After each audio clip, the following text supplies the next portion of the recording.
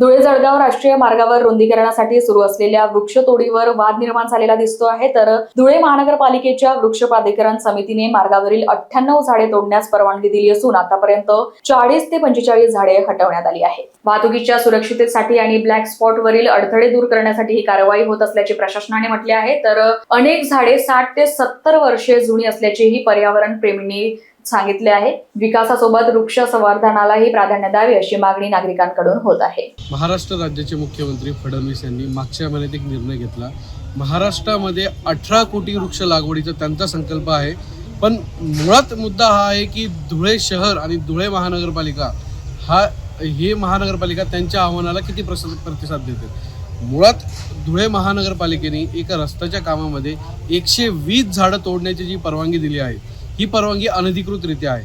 सर्वात पहिला मुद्दा म्हणजे ठेकेदारांनी 50 वृक्ष तोडीची परवानगी मागितली. त्यावेळी वृक्षप्रेमी म्हणून आम्ही ज्यावेळेस हरकत घेतली, सुनावणी झाली, पण सुनावणीचं उत्तर आजही आम्हा वृक्षप्रेमींना मिळालेले नाही.